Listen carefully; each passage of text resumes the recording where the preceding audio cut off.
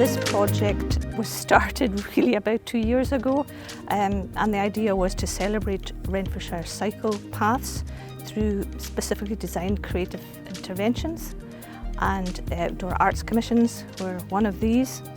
And we really wanted to put that in place during lockdown because we couldn't do live work, we couldn't do outdoor events, but we could commission artists to create artwork that could be specific to the region and to this cycle route between Paisley and Lochwinnoch. Cycling's a really important thing to celebrate because it encourages people to be excited about the fact they can get from A to B using their own energy, and it's very liberating to be able to go where you want and travel in your own steam. So celebrating the cycle path network specifically I think is a really good thing because it opens up whole new possibilities for people in terms of places they can go and new ways of being.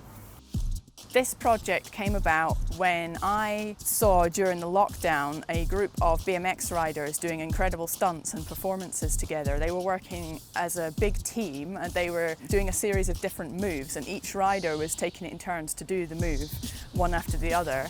And they were out doing that at a time where it was really difficult to socialise. People weren't coming together. There was nothing that you could possibly do that was sociable, and I just thought, what an amazing way to be with your friends doing this thing outdoors. It really inspired me to think about projects I'd done, making prints on the ground with paint, and I just thought that to bring those things together would be really exciting, to use the wheels to make paint tracks on the ground and trace people's routes as they move around. It's a metaphor for social interaction as well.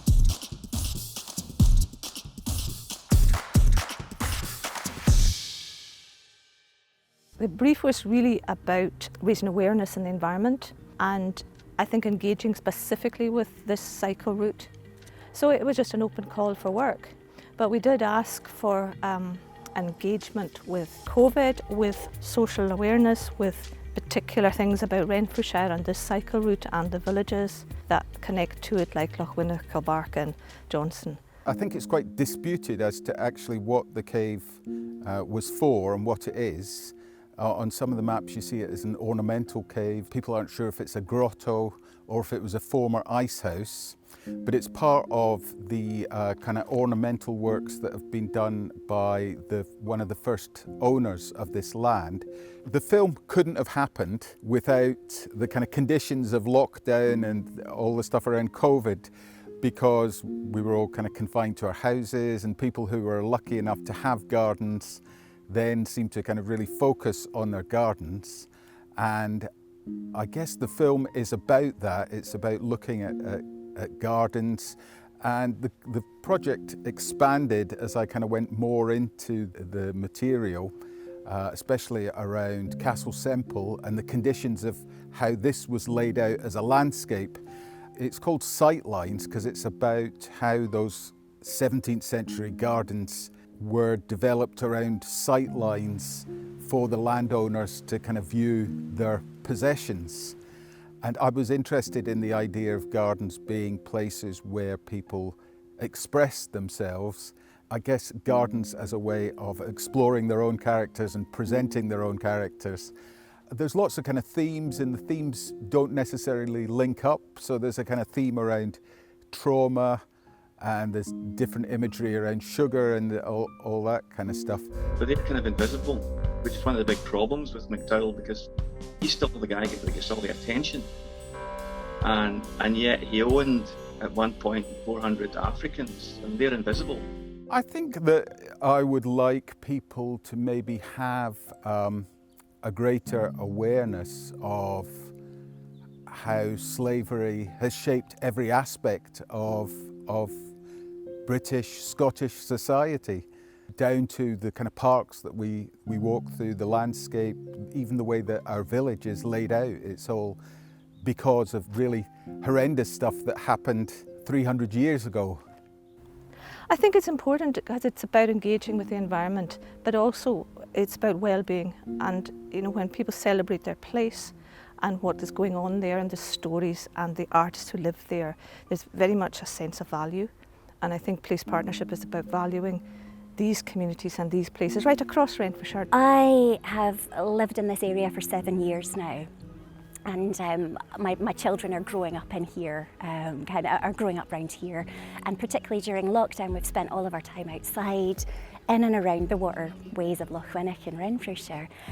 So when I was asked to create an imaginary creature that might live in the area, it felt like a letter of love to my kids and their friends and their interests, actually. Name of specimen, the Nagoon of Loch Winnoch. Category, semi-aquatic mammal. Distinguishing features. So seldom glimpsed that a sighting is said to bring luck, the Nagoon is a semi-aquatic mammal native to Castle Semple Loch in the River Calder. Always a shy creature, they've become even harder to spot now that they share their homelands with large brash flocks of mallard ducks, swans and geese, who squawk and squabble over bread thrown by visitors. So I decided to create part of the story that if you throw stones into the water, that'll help the Nagoons build their underwater homes, because my youngest son loves throwing stones into the rivers and lochs all around here. You have to come along the trail and use your map and hunt to find the Nagoon right at the end of the trail.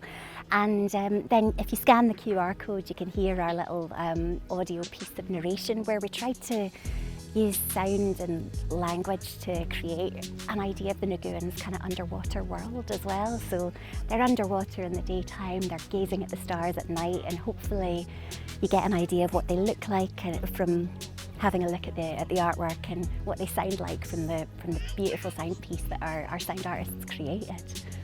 Well, I think both enjoying the natural environment when they're out and about, but also I think thinking differently about their own place and in some cases their history, as with sightlines, but also just thinking that you can do all sorts of arts activities outdoors. Things don't have to be inside all the time. And I think that's one thing with the pandemic, it's really made us think about how can we do this differently?